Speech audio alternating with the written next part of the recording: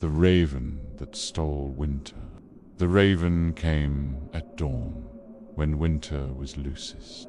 It slipped between the hours like a thought no one finished, its wings cutting the pale sky into shards. Snow still lay in the hollows then, thin and weary, clinging to the earth as if afraid to let go.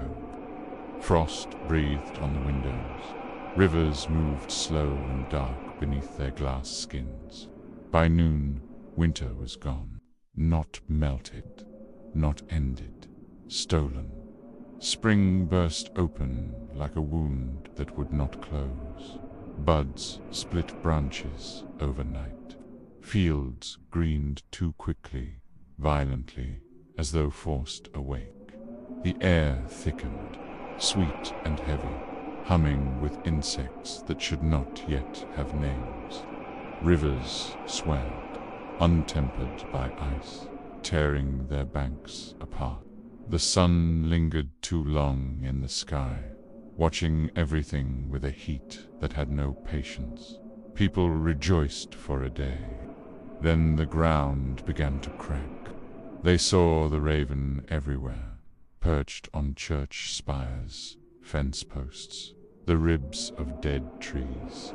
Its feathers were black as starless space, but threaded with white, as if snow had been stitched into its wings. When it laughed, it sounded like breaking ice.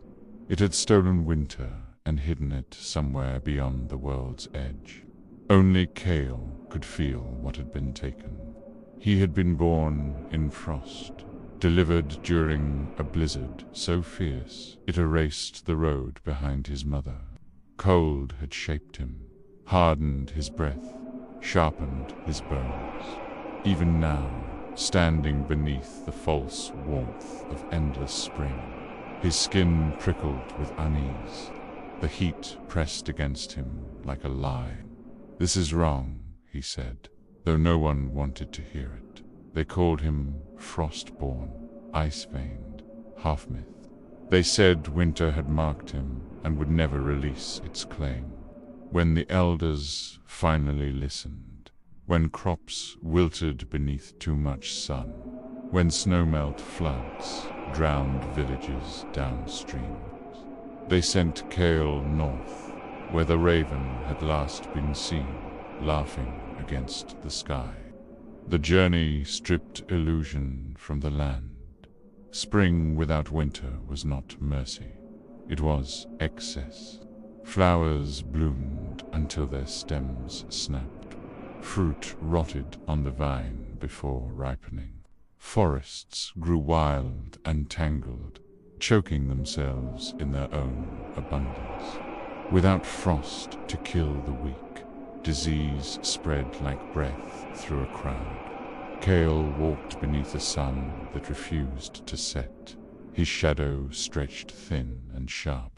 As he climbed into higher ground, the air grew restless, vibrating with a wrongness that made his teeth ache. The raven watched him from afar, always just ahead, always amused. At the edge of the world where the sky thinned and the land gave way to nothing, Kale found the nest. It was made of seasons, twigs of dead winter branches, bound with grasses still green, feathers layered with frost and pollen. At its center lay a sphere of ice, vast, luminous. Within it, snowstorms turned endlessly, patient and waiting. Winter, stolen and caged. The raven perched atop the nest, head cocked. Its eyes were bright with intelligence, too old to be kind. "Why so serious, Frostchild?" it croaked. "The world is warm. The people are smiling. I've given them what they always beg for." "You've given them a slow death," Kale said. The raven laughed again, sharp and delighted. "Death comes either way. I merely changed the order." Kale stepped closer. Heat scorched his skin, but beneath it something answered, cold, stirring. recognizing itself. You stole balance. Balance is boring, the raven replied. Winter teaches patience, hunger, waiting. I wanted to see what would happen without it. The ice sphere pulsed, and Kale felt it calling him, not with words, but with memory. Long nights, stillness, the mercy of rest. To reclaim winter, the raven said lazily, you must carry it. But frost cannot live in a body without cost.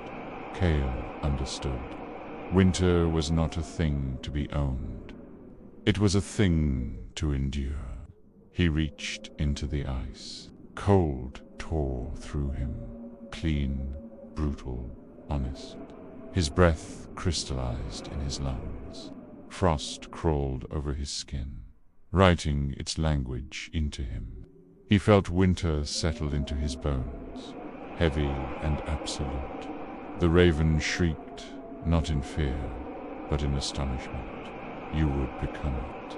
I already am, Kale said, voice cracking like frozen lakes. He turned away from the nest, carrying winter inside him. With each step back toward the world, the sky dimmed. Heat loosened its grip. The sun lowered grudgingly. Snow began to fall, light at first, then sure. The raven followed, silent now. When Kale reached the first village, people fell to their knees as frost kissed the ground. Crops rested, rivers slowed. Breaths steamed again in the air, fragile and alive. Winter returned, not cruel, not endless, but necessary. Kale did not stop walking.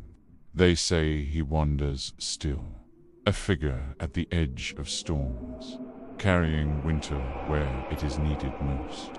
And sometimes, when snow falls just as the world begins to burn itself bare, a raven watches from afar, quieter now, wiser perhaps, remembering the season it once thought it could steal.